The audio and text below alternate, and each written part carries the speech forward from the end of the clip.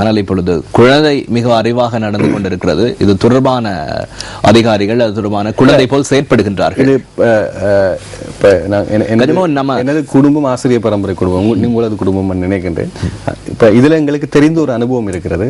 இந்த இப்போது இருக்கக்கூடிய ஒவ்வொரு நியமனங்களிலும் அரசியல் தாக்கம் இருக்கிறது, இனத்தாக்கம் இருக்கிறது. இன வீதாசாரம் என்ற முன்னர் சொல்லும், ஆனால் இப்போது இன வீதாசாரம் மாற்றப்பட்டிருக்கிறது. ஆனால் குறிப்பிட்ட இனம் தமக்கு இல்லை என்றவுடன் பேசும் ஒரு தன்மை இருக்கிறது. இப்படி கல்வியிலே இனமும் மதமும் தேவையற்ற அரசியல் நியமனங்களும் உள்வந்தால் இப்படியான விடைகள் வினாத்தாளில் வருவது சரிதான்.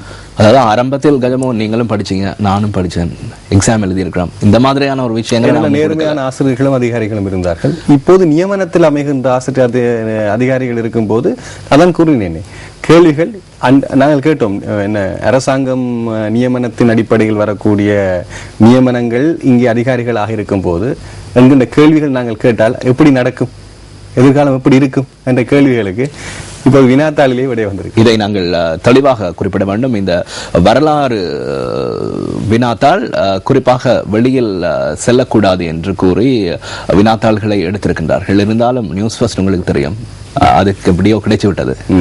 பிறகு நாங்கள் எங்களுடைய மக்களுக்கு அதை நாங்கள் தெளிவுபடுத்தி காண்பித்திருந்தோம். குறிப்பாக மாணவர்கள் தான் இதில் அசௌகரியங்களுக்கு உட்படுகின்றார்கள். முதலாவது பகுதியில் வினாத்தாள் முதலாவது பகுதியில் 4 கேள்விகள், இரண்டாவது பகுதியில் விடைகள், அதில் மூன்றாவது பகுதியில் 9வது கேள்வியிலிருந்து தான் தொடர்கிறது கேள்விகள். அதாவது 5வது 6வது 7வது 8வது கேள்விகள் அந்த 2வது பக்கத்துக்கு வருகின்ற கேள்விகள். மகளிர் கொடுத்து விட்டு 50 புள்ளிகள் இலவசமாக கொடுத்திருக்காங்க. அப்படியா? அப்படி செஞ்சிருக்கலாம். சரி, இல்ல மீண்டும் சொல்லுகிறோம், தர்மம் நேர்மையற்ற செயற்பாடுகளுக்கான வினாக்கள் இப்படி வினா பத்திரிகைகள் விடைகளாகவும் வரக்கூடும். ஆனால் இலகுவாக கூறிவிடுகின்றார்கள். இதற்கு நாங்கள் இது தொடர்பாக ஆராய்ந்தோம், இது தொடர்பாக என்ன கூறுகின்றீர்கள் என்று உரிய அதிகாரிகளிடம்.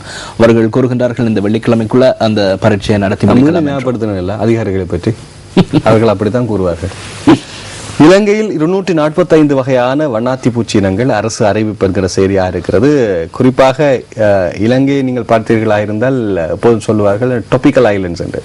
அதாவது ஒரு உயிரினம் அல்லது ஒரு தாவரம் முழுமையாக வாழக்கூடிய சூழல் இருக்கக்கூடிய ஒரு சொர்க்கம். 245 இந்த வருடம் இன்னும் அதிகரிக்க வாய்ப்பு. 10 வகையான வண்ணத்தி பூச்சிகள் அழிவடைவதற்கான சாத்தியங்கள் நிலவுவதாக தெரிவிக்கப்படுகிறது. அதற்கு காரணமும் இந்த வண்ணாத்தி பூச்சிகள் பற்றி அதிக கேள்விகள் வருவதற்கு காரணம், மத்தளை விமான நிலையம் கட்டப்பட்ட பொழுது அந்த காட்டுப்பகுதியில் இருக்கிற வண்ணாத்தி பூச்சிகளினுடைய எண்ணிக்கை அல்லது அந்த இனத்தினுடைய அழிவு பற்றி சமூக ஆர்வலர்கள் கருத்து தெரிவித்திருந்தார்கள். அதே போல சிவனொலி பாதமலை அந்த பகுதிகளுக்கு அந்த காலங்களில் செல்லும் போது அதிகளவான வண்ணத்தி பூச்சிகளை காணலாம். அது சிவனொலி பாதமலை நோக்கி சென்று கொண்டிருக்கும். புகவந்திலாவில் பிறந்து வளர்ந்த உங்களுக்கு சிவனொலி பாதம் தெரியாதா என்ன? கமரூனை தாக்கினார் ஜெயரத்ன என்கின்ற செய்தி பிரசுரமாக இருக்கின்றது. பிரிட்டிஷ் பிரதமர் இலங்கைக்கு எதிரான கருத்தானது அந்த நாட்டு தமிழ் வாக்குகளை பெறுவதற்கான உபாயமாகும் என்று பிரதமர் TM ஜெயரத்ன நேற்று சபையில் தெரிவித்த செய்தி ஒன்று பிரசுரமாக சொல்லத்தானே வேணும். புலிகளை புகழ் பாடினால் நடவடிக்கை, இது சுடரொளி பத்திரிகையின் சூட்சமமான தலைப்பு. அதாவது தேசிய பாதுகாப்புக்கான ஊடக மத்திய நிலையத்தின் பணிப்பாளர் லக்ஷ்மன் ஹுலுகாலே இந்த கருத்தை வெளியிட்டிருக்கிறார். சர்வதேசத்திற்கு கோட்டாபாய அறைகூவல், பயங்கரவாத எதிர்ப்பு போரில் ஒருங்கிணையுமாறு என்கின்ற செய்தியாக இருக்கிறது. ஆனால் சர்வதேசத்திடம் தங்களை நியாயப்படுத்தக்கூடிய அனைத்து செயற்பாடுகளையும் அரசாங்கம் தொடர்ந்து செய்து கொண்டிருக்கின்றது. பட்ஜெட்டுக்கு எதிராக JVP கொழும்பில் நேற்று போராட்டம் என்கின்ற செய்தியாக இருக்கின்றது. மஹிந்தவை காக்க ஐக்கிய தேசிய கட்சி போராடும், மின்சார கதிரையில் அமர்த்த விடும், நாடாளுமன்றத்தில் நேற்று அக்கட்சி திட்டவட்டம் என்கின்ற செய்தியாக இருக்கின்றது. குறிப்பாக அதில் கூறப்பட்ட விடயம் என்னவென்று சொன்னால், ஜனாதிபதி மஹிந்த ராஜபக்ச மின்சார கதிரைக்கோ அல்லது இராணுவத்தினரை சர்வதேச நீதிமன்றத்துக்கோ கொண்டு செல்வதற்கு ஒருபோதும் இடமளிக்க மாட்டோம், அதற்கு எதிராக அனைத்து வழிகளிலும் போராடுவோம், இவ்வாறு ஐக்கிய தேசிய கட்சி நாடாளுமன்ற உறுப்பினர் ஹரிசன் தெரிவித்தார். நாடாளுமன்றத்தில் நேற்று நடைபெற்ற வரவு செலவு திட்ட முன்னாள் அறிவிப்பு மீதான உரையாற்றிய போதே அவர் மேற்கொண்டவாறு கூறினார். ஆகவே ஐக்கிய தேசிய கட்சியிலிருந்து அரசு பக்கம் வரக்கூடிய அவர் கூறுகின்ற விடயம் என்னவென்று சொன்னால், ஐக்கிய தேசிய கட்சியினருக்கு இந்த நாட்டின் மீது பற்று இருப்பதாக கூறுகின்றார். நாங்கள் எதிர்கட்சியா இருக்கலாம், இருந்தாலும் எங்களுக்கு நாட்டினுடைய பற்று இருக்கிறது. எனவே சர்வதேசத்தினுடைய அழுத்தங்கள் நமது நாட்டில் திணிக்கப்படுவதை நாங்கள் ஒருபோதும் ஏற்றுக்கொள்ள மாட்டோம் என்பது அவருடைய கருத்தாக அமைந்திருந்தது. எதிர்காலத்தில் பார்க்கலாம், மற்ற உறுப்பினர்கள் போல் எதுவும் ஐடியாஸ் இருக்குதோ. எல்லா கருத்துக்களும் மென்மையாக வந்து கடுமையான துணிக்கு மாறிவிடும். ஐக்கிய தேசிய கட்சியின் ஆதரவுடன் மேல் மாகாணத்தில் வெல்வோம், நம்பிக்கை வெளியிடுகிறது அரசு. இங்கே அப்படி அவர் கூறும்போது இங்கே எப்படி விட வருகிறது? ஐக்கிய தேசிய கட்சி இப்படி இருக்கும் வரை அரசுக்கு பொது வெற்றிதான். கணக்கெடுப்பு வெறும் கண் துடைப்பு. சுடரொளி பத்திரிகையுடைய செய்தி. 30 வருட கால யுத்தத்தில் உயிரிழந்தோர், காணாமற் போனோர், காயமடைந்தோர், ஊனமடைந்தோர் தொடர்பான கணக்கெடுப்பை குடிசன மதிப்பீட்டு புள்ளி விவர திணைக்களம் நாளை மறுதினம் ஆரம்பிக்க இருப்பதாக தெரிவிக்கப்படுகின்ற செய்தி இருக்கு. இது ஒரு கணக்கெடுப்பு வெறும் கண் துடைப்புன்னு சுடரொளியின் ஆசிரியர் தலையங்கம் இருக்கிறது. இந்த செய்தி நேற்று வந்தது. எனக்கு ஒரு கவிதை எழுதியது. நான் இப்போது ஒரு புதிய திட்டம் வந்திருக்கிறது. குறிப்பாக பத்திரிகை வரும் செய்திகளை எடுத்து ஒரு கவிதை போடுவதற்கு. சரியா? தமிழர்கள் வாழ்ந்த சுவடுகளும் தமிழ் பெயர்கள் இருந்த வரலாறும் எதிர்கால சந்ததி ஐக்கிய நாடுகள் சபையில் அறிக்கையாய் சமர்ப்பிக்கிறது. காணாமல் போனோரின் பட்டியல் என்று இப்படி ஒரு செய்தி ஒன்று. ஐயையோ பிடிச்சிருக்கு. சீனா டிராகனை வச்சு ஆடிக்கொண்டிருக்கிறார். ஐயையோ கடிச்சிருச்சு, சீனா கடிச்சிருச்சு மாதிரி செய்தி ஜேபியினுடைய கேலி சித்திரமாக இருக்கிறது. ஆனால் சீனாவின் நிலைப்பாடில் மாற்றம் இல்லை என்பதை அரசு திட்டவட்டமாக அறிவித்திருக்கிறது. இது எந்த அடிப்படையில் உள்நோக்கம் என்கின்ற செய்தியை நாங்கள் எப்போதும் பத்திரிகையாளர்கள் ஒரு வகையில் முன்கூட்டி செயற்படக்கூடியவர்கள், காரணம் இருக்கும். ஆனால் நமக்கு அது சரியாக புலப்படவில்லை. எதிர்காலத்தில் பார்க்கலாம். இது சுடரொளி பத்திரிகையினுடைய ஜேபியின் கேலி சித்திரமாக இருக்கிறது. அடுத்து நாங்கள் போகலாம் தினக்குரலுக்கு. தினக்குரல் இப்படி சொல்கிறது தலைப்பை, பிரதான தலைப்பினை: விடுதலை புலிகளை நினைவு கூறும் எந்த ஒரு நிகழ்வுக்கும் தடை, ராணுவம் அறிவிப்பு என்கிற செய்தி. மாகாண சபை அதிகாரம் கிள்ளி போடும் பிச்சை அல்ல, மீண்டும் தொகுதிவாரி தேர்தல் முறைமை சாத்தியமில்லை. தங்கம் கடத்தி 56 இலங்கையர்கள் கைது. இந்தியாவில் கைது. 2005 பின்னர் ரூபாவின் பெறுமதி 30% வீழ்ச்சி என்கின்ற செய்தியாக இருக்கிறது. இப்படியான செய்திகளும் வந்து கொண்டுதான் இருக்கு. தமிழ் கூட்டமைப்பை தெரிவுக்குழுவில் இணையுமாறு மீண்டும் அழைக்கிறார் ஹக்கீம் என்கின்ற செய்தி பிரசுரமாக இருக்கிறது. நாங்கள் ஏற்கனவே பார்த்தோம். வெளியுறவு கொள்கையை இலங்கை மாற்றிக்கொள்ளாது, பாதுகாப்பு செயலாளர் கோத்தாபய தெரிவித்த கருத்து. அடுத்து 21 கோரிக்கைகளை வலியுறுத்தி கொழும்பில் பாரிய ஆர்ப்பாட்டம், பெருமளவு மக்கள் பங்கேற்பு. இதற்கு ஜேவிபி தலைமை தாங்குவது சிறப்பிக்கக்கூடிய ஒரு விடயம். நினைவு கூறுவதை தடுப்பது ஐக்கிய நாடுகள் சாசனத்துக்கு முரண். மாவீர தினத்தை வடபகுதியில் உள்ள குடும்பங்கள் நினைவு கூறுவதை தடுப்பதற்கு மேற்கொள்ளப்பட்டுள்ள நடவடிக்கைகளை தமிழ் தேசிய கூட்டமைப்பு கடுமையாக எதிர்ப்பதாக கூறப்படுகிறது. ஐக்கிய நாடுகள் சாசனத்துக்கு முரண் என்றும் கூறப்படுகின்றது. பார்க்கலாம். தினக்குரலினுடைய ஆசிரியர் தலையங்கம் பெண்களுக்கு எதிரான வன்முறைகள் அதிகரிப்பு என்ற செய்தியாக இருக்கின்றது. நேற்று நவம்பர் 25ஆம் தேதி பெண்களுக்கு எதிரான வன்முறைகளுக்கான நாள். எந்த அளவு தூரம் நான் காலையில் சொன்ன வழி தவறி செல்லும், அதாவது ஒழுக்கத்திலிருந்து வழி தவறி செல்லும் பெண்களுக்கான அமைப்புகள் இருக்கின்றன. தந்தையர்கள் அதற்கு காரணமாயிருக்கள், இப்படி இருக்கலாம் என்று. ஆனால் வன்முறைகள் தொடர்ச்சியாக அதிகரிக்கிறது, மிக அதிகரிக்கிறது. இந்த இடத்தில் சிறுவர்களையும் சேர்த்துக் கொள்ள வேண்டும் நினைக்கின்றேன். தினகரன் பத்திரிகையில் அது தொடர்பான ஒரு தகவல் வெளியிட்டிருக்கிறது. குறிப்பாக ஆண் சிறுவர்களையும் நாங்கள் இணைத்துக் கொள்ள வேண்டும். சிறுவர்கள் பாதிக்கப்படுகின்றார்கள். அதே நேரம் பெண்களுக்கு எதிரான வன்முறைகள் அதிகப்படியாக அமைக்கிறது. அதாவது எல்லோரும் நினைக்கின்றார்கள் உடல் ரீதியான வன்புணர்வு, வல்லுறவுகள் தான், வன்முறைகள் தான் கூடுதலாக இருக்கின்றன. வன்முறைகள், துஷ்பிரயோகங்கள், வன்புணர்வுகள் இவை எல்லாம் வரும். சரியா? இந்த எதிர்வு இவை பெண்களுக்கு எதிராக அதிகம் அதாவது புறத்தோற்றத்தில் இருக்கிறது என்று உளவியல் ரீதியாக மிகவும் பாதிப்படையக்கூடிய பெண்கள் இருக்கின்றார்கள். நேற்றைய தினம் இன்னும் ஒரு செய்தி அக்னிமன பகுதியில் இடம்பெற்ற செய்தி ஒன்று பிரசுரமாக இருந்தது. தனக்குத்தானே மண்ணெண்ணெய் ஊற்ற மனைவி கணவர் தீ வைத்த செய்தி, அப்படி ஒரு செய்தி இருக்கின்றது. அதற்கும் நான் ஒரு கவிதை எடுத்திருந்தேன். சரியா? கேட்கலாம். உடன்கட்டை எதிர்ப்பவர்களினுடைய எதிர்பார்ப்பு ஒப்பந்தம், உடன்கட்டை எதிர்ப்பவர்களுடைய எதிர்பார்ப்பு ஒப்பந்தம். ஒரு காலகட்டத்தில் பாரதி உடன்கட்டை ஏறவனம் எதிர்த்தார். அப்படியான மிக சிந்தனையாளர்கள். உடன்கட்டை ஏறுபவர்களுக்கு எதிர்ப்பு, உடன்கட்டை எதிர்ப்பவர்களின் எதிர்ப்பு ஒப்பந்தம் தீ வைத்து கொளுத்தப்படுகிறது.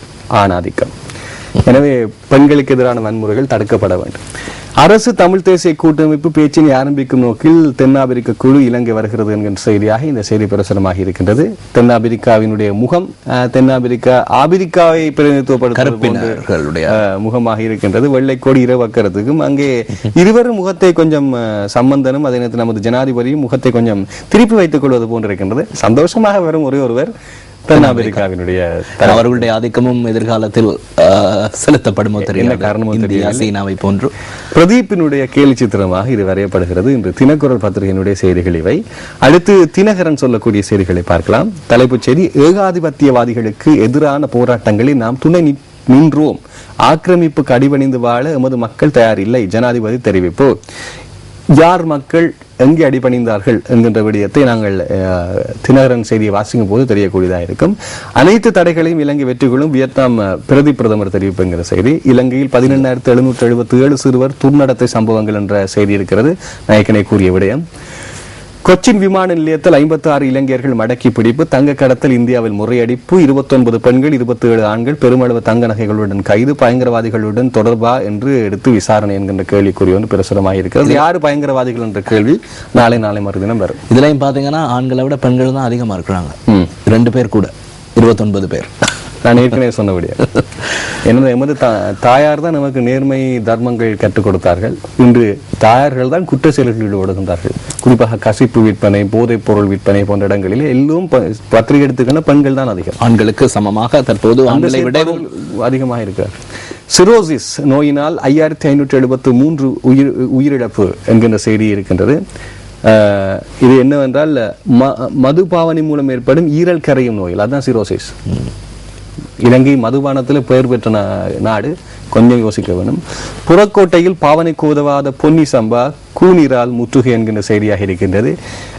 என்ன செய்வது, வரியும் இதுவும் அதிகரிக்கும் போது விலைகளும் அதிகரிக்கும். அதனிருந்து பாவனைக்கு உதவாதவற்றையும் சிலரிடம் கொள்வன செய்து மக்கள் உணவு பசியை போக்க வேண்டிய தேவையும் வரலாம்.